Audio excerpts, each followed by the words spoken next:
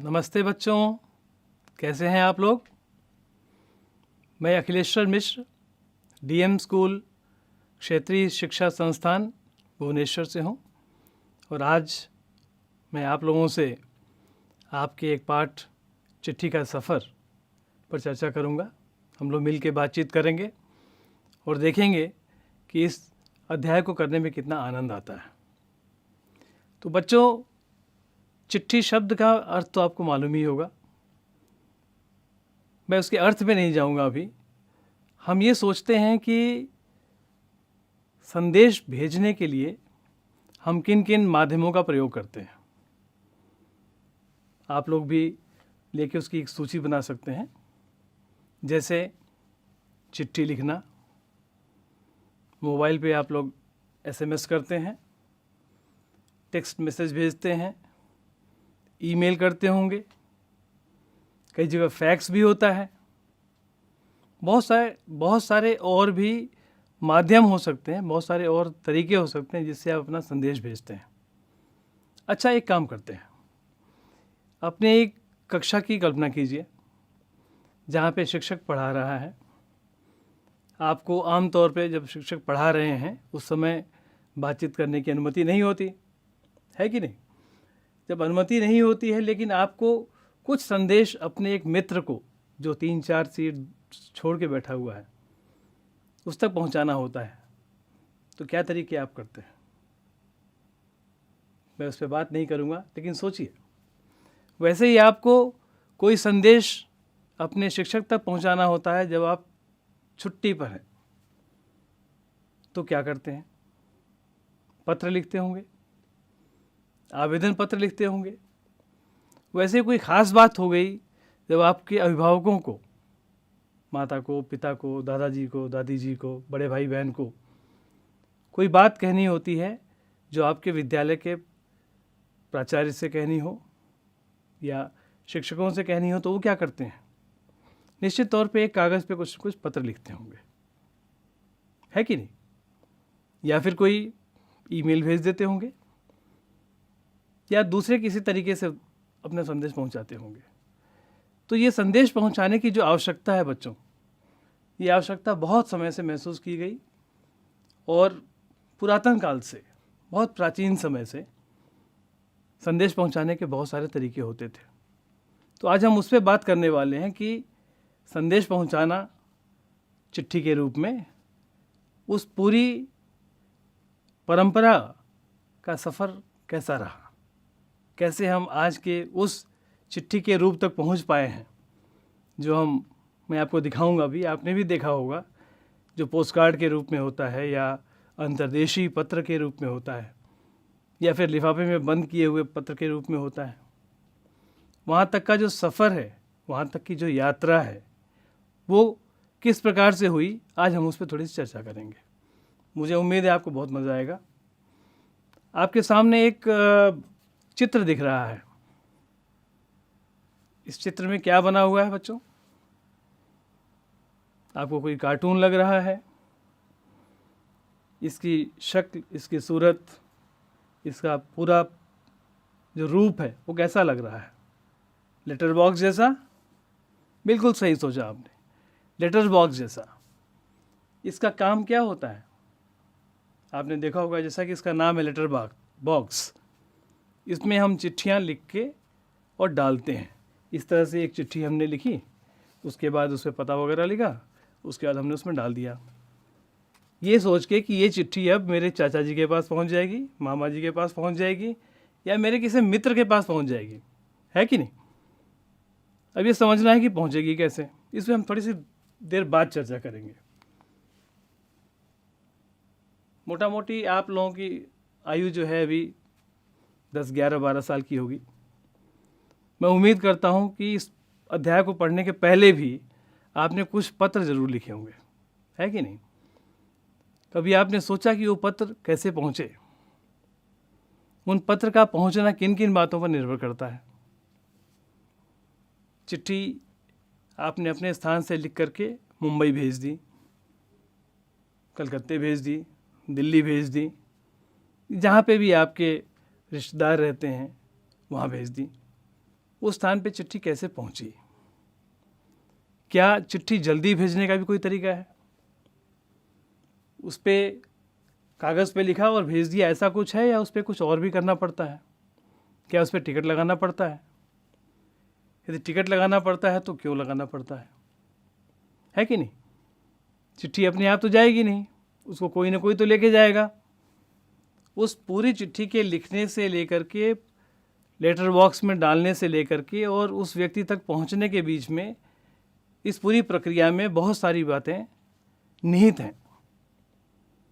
सबसे पहले हमने चिट्ठी लिखा या आपने चिट्ठी लिखी और उस पर एक डाक टिकट लगाया। अब बात यह है कि डाक टिकट क्यों लगाते हैं? बच्चों, ऐसे समझो जैसे आपको अपने घर से अपने शहर या नगर के रेलवे स्टेशन या बस स्टैंड तक जाने की ज़रूरत है। आप किसी वाहन को लेंगे, कोई सार्वजनिक वाहन है, जैसे बस हो सकती है या मिनी बस हो सकती है, आप उसमें बैठ के जाते हैं तो आपको टिकट लेना पड़ता है कि नहीं? क्योंकि आपको वहाँ ले जाया जा रहा है, इस बात के लिए टिकट लगता है। वैसे ही जब ये चिट्ठी ले जाई जा रही है तो वो भी किसी न किसी वाहन में जाती होगी, अपने आप तो जाएगी नहीं। या तो किसी बस में जाए, या ट्रेन में जाए, रेल में जाए, हवाई जहाज़ में जाए, पानी के जहाज़ में जाए, किसी न किसी तरह तो जाएगी। जब जाएगी तो उस पर खर्चा आता है। उस खर्चे को वहन करने के लिए सरकार बहुत ही कम शुल्क तय करती है, और जो शुल्क है उसी को डाक टिकट हम बोलते हैं। तो अब बात यह है कि टिकट हमने उस पर लगा दिया, उसको हमने लेटर बॉक्स के अंदर डाल दिया, है कि नहीं? अब सोचने की बात है वहाँ से चिट्ठी कैसे जाएगी। वहाँ से चिट्ठी कैसे जाएगी इस पर हम थोड़ा सा और रुक के बात करेंगे। थोड़ा सा इसमें सस्पेंस, थोड़ा इसमें बना रहना चाहिए, हमारी जो उत्सुकता है बनी रहनी चाहिए। हम थोड़ी देर बाद इस पर बात करते हैं। इस पे हमने बात की कि चिट्ठी पे डाक टिकट क्यों लगाया जाए। आप देखिए, दाहिनी तरफ देखिए, अपने स्क्रीन पे दाहिनी तरफ देखिए, आपको कुछ डाक टिकट दिख रहे होंगे। इस तरह के डाक टिकट होते हैं जो हमको लगाने पड़ते हैं। कितने रुपए के या कितने पैसे के डाक टिकट लगाने की आवश्यकता है, ये समय समय पे भारतीय डाक विभाग इस बात को तय करता है।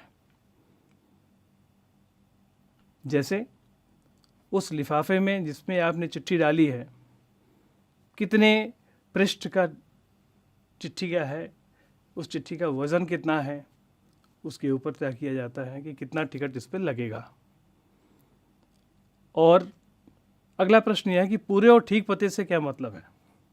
जैसे आप में से किसी का नाम हो सकता है सुरेश, किसी का नाम आलम हो सकता है, कोई जॉर्ज हो सकता है, कोई अमीना हो सकती है कि नहीं? मान लीजिए आप के पास एक पत्र पहुंचना है तो आपका नाम लिख दिया गया।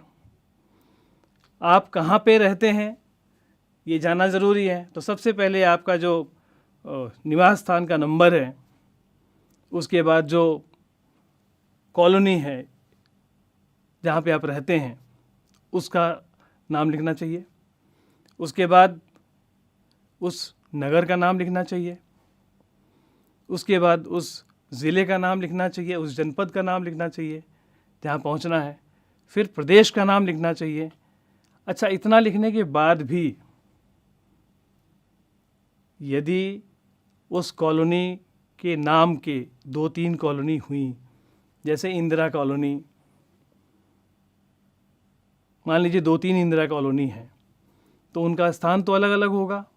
जो चिट्ठी पहुंचाने जाएगा उसको असुविधा होगी, इसलिए बाद में एक पिन नंबर भी दिया जाता है, पिन कोड। उस पर भी हम चर्चा करेंगे।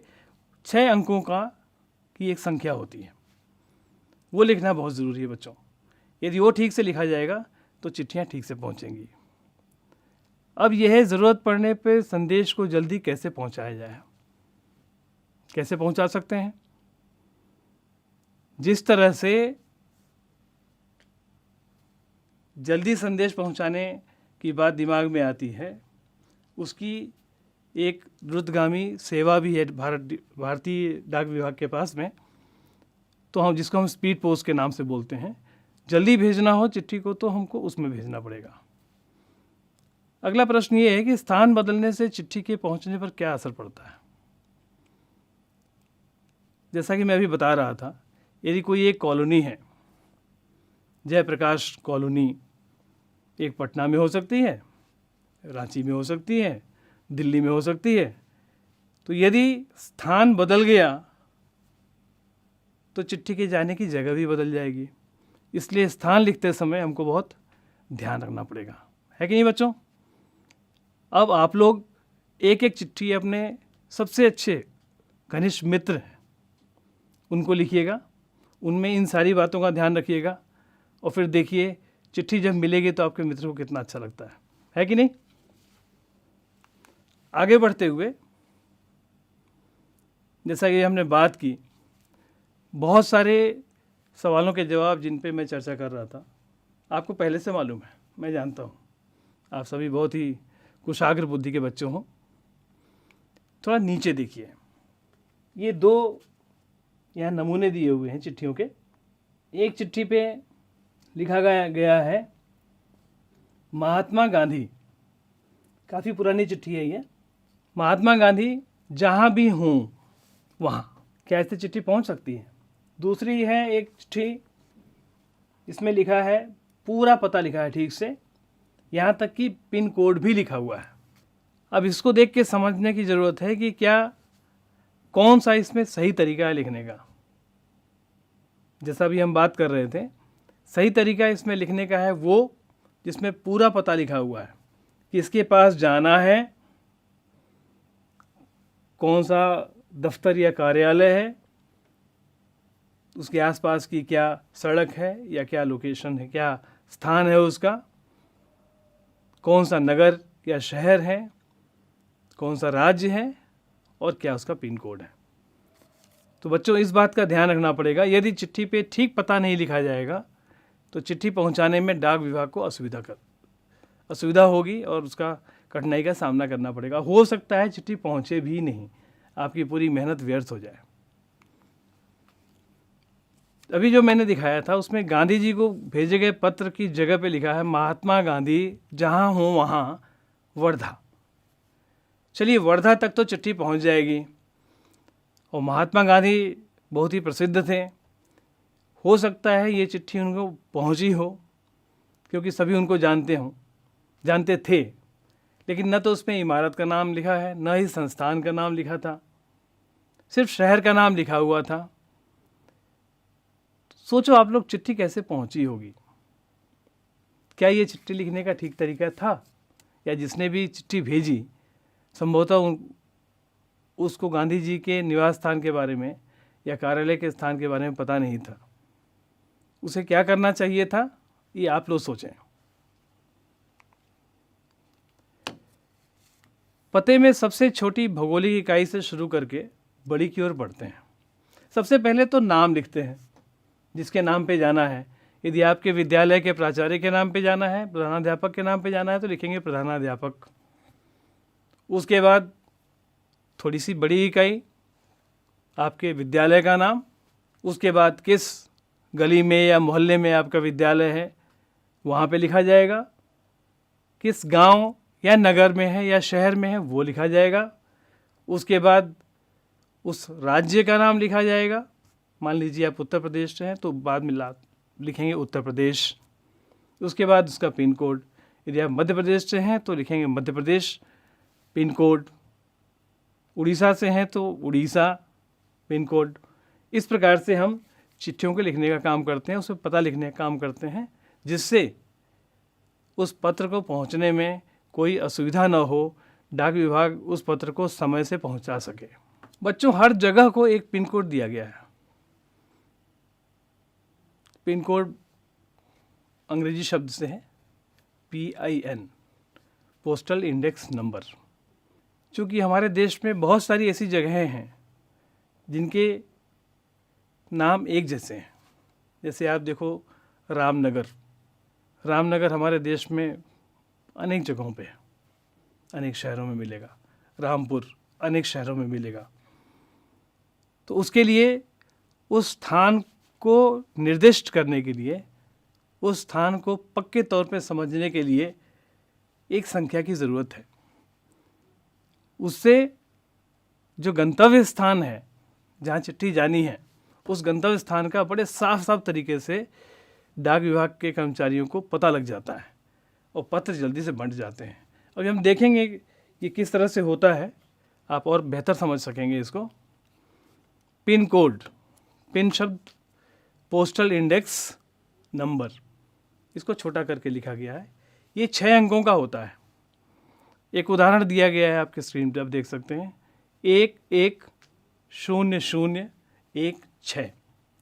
इसमें पहले स्थान पर दिया गया अंक अर्थात 1 यह बताता है कि पिन कोड दिल्ली, हरियाणा, हिमाचल प्रदेश, पंजाब या जम्मू कश्मीर इनका है, क्योंकि इन जगहों को पहला अंक 1 दिया गया है। अगले 2 अंक यह तय करते हैं कि दिल्ली के उपक्षेत्र दिल्ली का कोड है, अर्थात पहला 1 तो हो गया, या तो दिल्ली का होगा, या हरियाणा का होगा, या हिमाचल प्रदेश का होगा, या पंजाब का होगा, या कश्मीर का होगा। उसके बाद 1-0, दो अंक जो हैं इसके बाद वाले, ये तय करते हैं कि उस स्थान विशेष के और क्या उप स्थान हो सकते हैं, उप क्षेत्र हो सकते हैं। तो 1 के बाद जो 1-0 लगाया गया वो ये बताया जाता है कि ये इस जगह पर, दिल्ली के इस जगह का हो सकता है ये, या है। उसके बाद जो 3 अंक हैं यानी 0-1-6, ये दिल्ली के उस उपक्षेत्र का है जिसका डाक घर का कोड पहले से नियत किया गया है। इससे क्या हुआ, चिट्ठियाँ एक साथ इकट्ठा हुई, उसके बाद पिन कोड देख करके जो पहला अंक है उसके हिसाब से उसको अलग अलग छँटाई कर दी जाती है।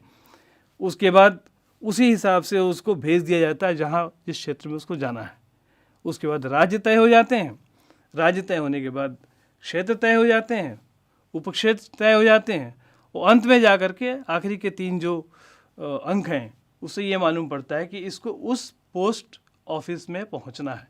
कितना वैज्ञानिक है ये बच्चों। इसलिए पोस्टल इंडेक्स नंबर यानी कि पिन, इसका लिखा जाना बहुत ही ज़रूरी है कि नहीं? आप सोचिए, पिन ठीक से ना लिखा जाए, यदि ये 110016 के बजाय 210016 हो जाए तो ये कहीं और पहुंच जाएगा, है कि नहीं? अगर एक पत्र में पते के साथ किसी का नाम ना हो तो क्या पत्र ठीक जगह पहुंच पाएगा? ये सोचने की बात है। जैसे हमने पता लिख दिया, नाम नहीं लिखा, बाकी सब चीज़ें लिख दी, तो उससे क्या होगा, उस डाकघर तक तो चिट्ठी पहुंच जाएगी। जो पिन कोड हमने लिखा है उस डाकघर तक आराम से पहुंच जाएगी, लेकिन किसको देना है, नाम नहीं होने से वो चिट्ठी तो किसी को पहुंच ही नहीं पाएगी, वो डाकघर पे पहुंच के रह जाएगी। इसलिए छोटी छोटी चीज़ों का भी बहुत ध्यान रखना है, छोटी छोटी चीज़ों का बहुत ध्यान रखना है, जिससे चिट्ठी जिसके पास पहुंचनी है सबसे पहले लिखना है, उसके बाद जिस क्रम में अभी बात हो रही थी उस क्रम में उसका पता लिखना है, और अंत में पिन कोड लिखना है, ताकि चिट्ठी ठीक से समय से सही व्यक्ति को मिल सके। अच्छा, ये पिन कोड ऐसा नहीं है कि शुरू से ही काम में आ रहा था। बहुत समय तक पिन कोड की कोई धारणा ही नहीं थी। पिन कोड की ज़रूरत महसूस हुई, उसको लगा कि पिन कोड होना चाहिए, क्योंकि चिट्ठियाँ इधर उधर होना चालू हो गई, तो उसको वैज्ञानिक तरीके से पिन कोड की योजना लाई गई, और ये लाई गई 15 अगस्त 1972 को, जिसे डाक तार विभागों ने पोस्टल योजना के नाम से इसको किया। जाहिर है कि गांधी जी को मिले इस पत्र पर, उन्हें मिले किसी भी पत्र पर पिन कोड का इस्तेमाल नहीं किया गया था, क्योंकि उस समय ये था ही नहीं। ये तो 1972 में आया। जो चिट्ठी लिखी गई थी वो गांधी जी के जीवन काल में लिखी गई थी, तो उसमें पिन तो होते नहीं थे। चूँकि गांधी जी बहुत प्रसिद्ध थे इसलिए चिट्ठी मिल गई। यदि कोई और हुआ होता या और कोई रहा होगा तो उसको तो चिट्ठी मिली ही नहीं होगी। समय के साथ डाक सेवाओं में निरंतर बहुत सारे बदलाव और विकास होते रहे हैं। बहुत पुराने समय में जब डाक विभाग नहीं था, तब कल्पना करो चिट्ठियाँ कैसे जाती होंगी। चिट्ठी ना भी कहें तो संदेश कैसे जाते होंगे। सोचो, आप लोग आपस में बात भी करो, अपने माता पिता से बात करके देखो, कैसे जाते होंगे संदेश। बच्चों, तुमको जान के बहुत ही आश्चर्य होगा, पुराने समय में कबूतरों के द्वारा संदेश भेजे जाते थे। है ना मज़ेदार चीज़। वही कबूतर जो देखने में कितना सुंदर, कितना निरीह, कितना सरल प्राणी लगता है, उन कबूतरों की एक दो प्रजातियां ऐसी हैं जिनसे पहले संदेश भेजा जाता था। इसके बारे में हम अभी थोड़ी देर बाद जान सकेंगे। जब कबूतरों की बात कर रहे हैं तो हम इंसानों की बात भी करें, है कि नहीं। जैसे कबूतर ले जाते थे संदेश, वैसे इंसान भी ले जाते थे, मनुष्य भी ले जाता था। डाक पहुंचाने का काम करने वाले जो लोग थे वो अलग अलग समय पे अलग अलग लोग होते रहे। जैसे राजा महाराजा के समय पे एक राजा महाराजा के पास से उनके किसी जागीरदार के पास में या उनके किसी दूसरे रिश्तेदार जो राजा हैं वहाँ पे, जहाँ पे भी संदेश भेजना होता था उस समय भी लोगों को भेजा जाता था। और उन लोगों का नाम हरकारा होता था, जो पैदल ही जगह जगह जा कर के, जहाँ पे जाना मुश्किल है, आम तौर पे चिट्ठियाँ नहीं पहुँच सकती हैं, बहुत ही दुरूह कार्य है, वहाँ पहुँचाने का काम हरकारे किया करते थे। हरकारों को न सिर्फ हर जगहों पर पहुँचना होता था, बल्कि जो साथ में डाक ले जा रहे हैं, कई बार संदेश ले जा रहे हैं, कई बार कुछ धनराशि भी ले जा सकते हैं, कुछ सामान भी ले जा सकते हैं, वो सब जो ले जा रहे हैं उसकी रक्षा भी करनी पड़ती थी, क्योंकि उनको पहाड़ों से गुजरना होगा, उनको जंगलों से जाना पड़ेगा, कई बार छोटी मोटी नदियाँ पार करके भी जाना पड़ेगा। तो उन लोगों को डर रहता था। उस समय बहुत डाकू हुआ करते थे, लुटेरे हुआ करते थे, कई बार जंगली जानवरों का भी डर लगता था। इसलिए उनको अपनी सुरक्षा के लिए कुछ वस्तुओं की आवश्यकता पड़ती थी। जैसे अपने साथ में वो कुछ स्वरक्षा का सामान भी रखते थे अपनी सुरक्षा के लिए। कुछ छोटे मोटे लाठी भाले हो सकते हैं। उसके साथ साथ कई जगहों पे उनको जाने के लिए घोड़े भी दिए जाते थे। अभी तो आजकल संदेश भेजने के बहुत सारे नए नए और तेज़ साधन आसानी से आ गए हैं। डाक बांटने में हवाई जहाज़, पानी के जहाज़ और न जाने कौन कौन से साधन इस्तेमाल किए जाते हैं। डाक विभाग भी पत्र, मनी ऑर्डर और इनके साथ साथ ईमेल, बधाई कार्ड आदि लोगों तक पहुंचा रहा है। कबूतरों की उड़ान से लेकर हवाई जहाज़ द्वारा डाक सेवाओं का जो असर है वो हम पे महसूस होता है। और इसका जो सफ़र भी है, इसकी जो यात्रा भी है, वो बहुत दिलचस्प है कि नहीं बच्चों। यह सोचकर आश्चर्य होता है। आप सोचिए, कबूतर कैसे संदेशवाहक हो सकता है। किस तरह से कबूतर एक संदेश को लेके दूसरे व्यक्ति तक पहुंचेगा, है कि नहीं। थोड़ा कल्पना में आना मुश्किल हो रहा है। क्या कबूतर हमारी बात समझ सकते हैं? क्या कबूतर को उस चिट्ठी पे लिख के दिया जाए कि फला जगह पहुंचना हो, जा सकता है ना मुश्किल। लेकिन बच्चों, कबूतरों की कुछ प्रजातियां ऐसी होती हैं जिसमें गिरहबाज एक है, हुमर है। ये वो प्रजातियां हैं जिनको हम प्रशिक्षित कर सकते हैं, जिनको प्रशिक्षित करके डाक संदेश भेजने के काम में लाया जाता है।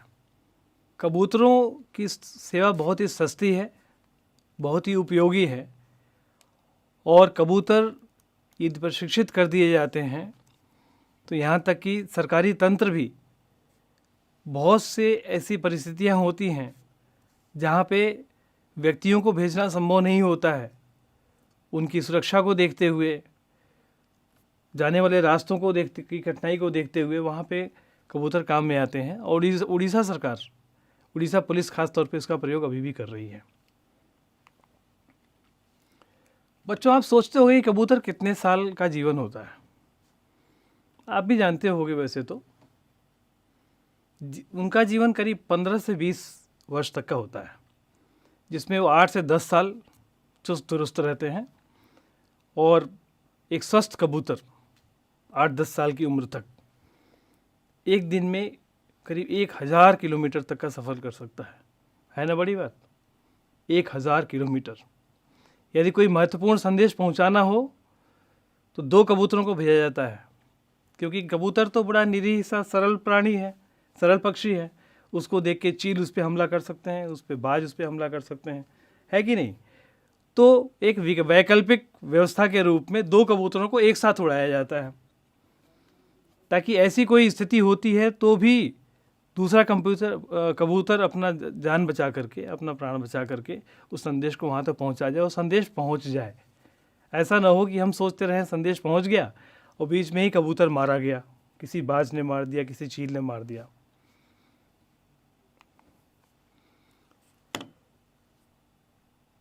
बच्चों, मैं आपसे एक पुस्तक के बारे में बात करना चाहता हूँ।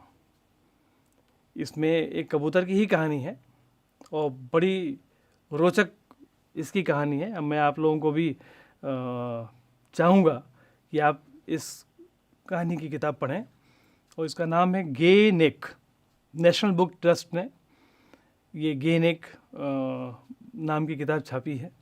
और गे नेक जो है वो कबूतर जो उस पूरी कहानी का नायक है, ये उसका नाम है। तो बच्चों, आप जब भी मौका मिले, अवसर मिलता है, आप इसको पढ़ने का प्रयास करें। अब ये कुछ बातें हैं जिस पर हम चर्चा करते हैं। जो पैदल हरकारे थे, उनको किस किस तरह की दिक्कतों का सामना करना पड़ता होगा, आप इस पर सोचो। घर पे इस कहानी को बताओ, आप माता पिता से, भाई बहन से, कोई मित्र हो आसपास, उनसे बातचीत कीजिए और सोचिए उनको किस किस तरह की दिक्कतों का सामना करना पड़ता होगा। उदाहरण के तौर पे मैं छोटी बहुत बातें बताता हूँ इसके बारे में।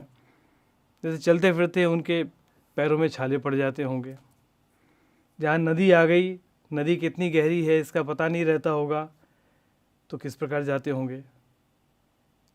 बहुत बर्फीली जगह है, यदि वहाँ जाना है तो जाएंगे तो उनके पैर में गैंग्रीन हो सकता है, एक बीमारी होती है, स्नो बाइट हो सकता है।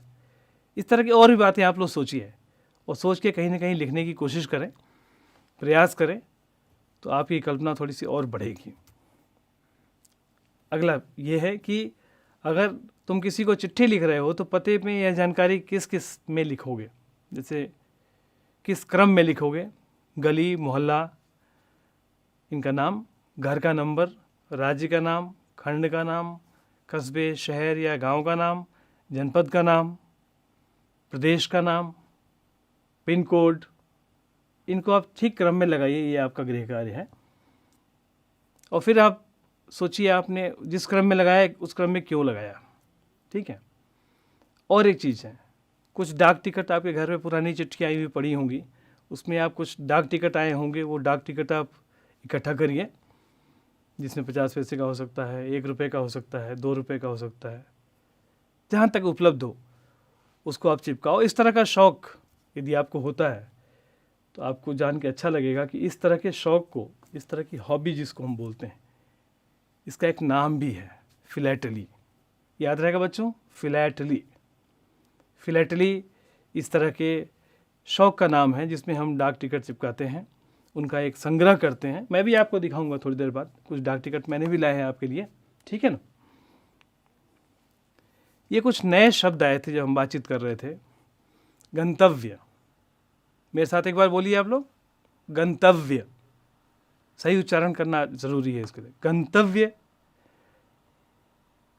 इसका अर्थ होता है जहाँ किसी चीज़ या व्यक्ति को पहुँचना हो, वो स्थान। उदाहरण के तौर पे आप भी एक आध उदाहरण बना सकते हैं, मैं 1-2 बना के लाया हूँ आपके लिए। भारतीय रेल यात्रियों को उनके गंतव्य तक पहुँचाने के लिए प्रतिबद्ध है, ठीक है। एक और शब्द, दुर्गम। दुर्गम अर्थात वह स्थान जहाँ पहुँचना या जहाँ सफ़र करना, जहाँ यात्रा करना बहुत ही मुश्किल होता है, उसको दुर्गम स्थान कहते हैं। मैं एक उदाहरण मैं देता हूँ, 2-3 आप लिखिएगा। हरकारों को बहुत ही दुर्गम रास्तों से होकर जाना होता था, ठीक है। 1-2 प्रयोग आप भी लिखिए अपने तरफ से। संदेश वाहक, जैसा आप समझ सकते हैं इस शब्द में 2 हैं, एक है संदेश, एक है वाहक। वो व्यक्ति जो संदेश का वाहन करता है, मतलब संदेश ले जाने वाला। प्रयोग के तौर पे राजे महाराजे अपना निजी संदेश वाहक रखते थे। आप लोग भी बहुत सारे और वाक्य बना सकते हैं, जैसे कबूतर ने संदेश वाहक का काम किया, है कि नहीं। हरकारे संदेश वाहक का काम करते थे, वगैरह वगैरह। एक शब्द और लेते हैं, सीमित। सीमित मतलब कम या थोड़ा। जैसे पुराने ज़माने में संचार के साधन बहुत सीमित थे, संचार के साधन बहुत थोड़े से थे, है कि नहीं। जैसे विद्यार्थी काल में हमारे पास व्यर्थ करने के लिए बहुत सीमित समय होता है कि नहीं। आपको खेलना भी होता है, आपको पढ़ना भी होता है, स्कूल जाना पड़ता है, आना होता है, पूरा जो दिन है उसकी एक दिनचर्या तय है। तो व्यर्थ करने के लिए समय हमारे पास बहुत ही सीमित है या नहीं है। फटाफट हम जल्दी से इसकी पुनरावृत्ति कर लेते हैं। चिट्ठी पर डाक टिकट की आवश्यकता क्या है, इस पर मैंने बात कर लिया, है कि नहीं। जिस तरह से बस में जाते हैं और एक टिकट लगता है, वैसे ही चिट्ठी भेजने के लिए उसके ऊपर भी शुल्क होता है, इसलिए उसको उस शुल्क को डाक टिकट के रूप में रखा गया है। पूरा और ठीक पता लिखने की मैंने विधि आपको पहले ही बता दी। पिन कोड और इसकी आवश्यकता क्या है।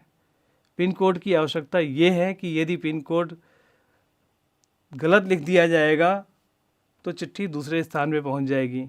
यदि पिन कोड नहीं लिखा जाएगा तो सेम नाम के जो नगर के अंदर की कॉलोनीज़ हैं या उपनगर हैं या गांव हैं, उनको लेकर के एक स्थिति साफ नहीं रहेगी, अस्पष्ट रहेगी। तो बेहतर यही है कि हम पिन कोड का इस्तेमाल करें, है कि नहीं। पुराने ज़माने में संदेश भेजने के साधन क्या क्या थे।